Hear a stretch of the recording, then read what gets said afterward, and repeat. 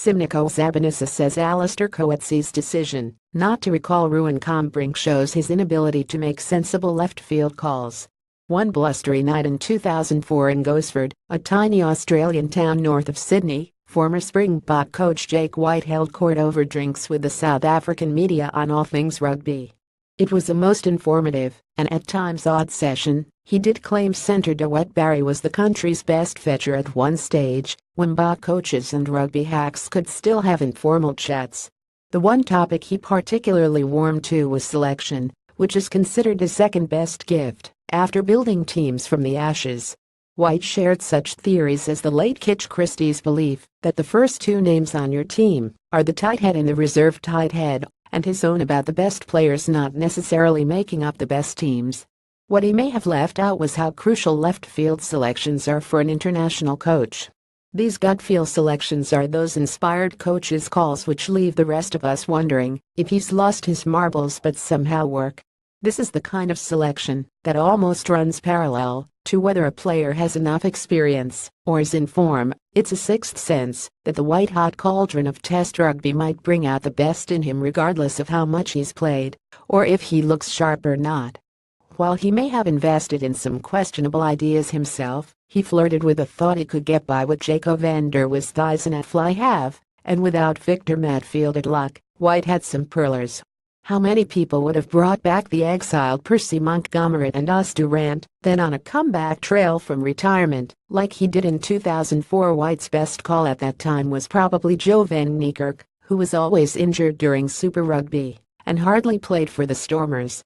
Yet not only did he always make the Bok team, he actually cooked in the Tri-Nations. Looking at Bok coach Allister Coetzees' most recent attempts to quell the debate that won't die down, why Ruan Combrinck can't get a game for the Boks when even Hander Pollard can, one can only come to the conclusion that he hasn't got the ability to make left field calls that make sense. Coetzees' explanation was that Combrinck didn't play much for the Lions and hadn't started any of his games for his Japanese club. Also read Ruan must keep performing. Coetzee: the obvious counter to that is Pollard, having had knee, shoulder, and ankle surgery in the last 2 seasons, had played just a handful of games for the Bulls, and looked distinctly out of sorts. His selection gave the impression all he had to do to play for the Boks was fall out of his hospital bed.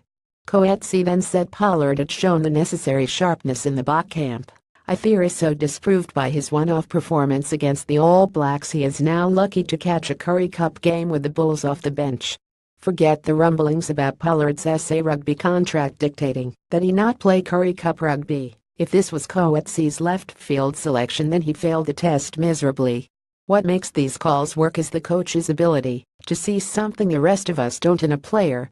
But Pollard's 20 minutes against the All Blacks not only left us none the wiser, it did little to help him crack the nut for a struggling Bull side. Unfortunately, Coetzee has a history of not exactly dazzling with his inspired selections. You have to remember this is the man who brought back the monochrome Mornstein and played the lumbering Willem Alberts at open side flank in reaction to the Boks' horrendous season last year. Ironically, if ever there was a left field call to be made, it would be to pick Combrinck. I don't know him from a bar of soap, but he has a reputation for marching to his own beat and being difficult to manage if he hasn't bought into a coach or his systems.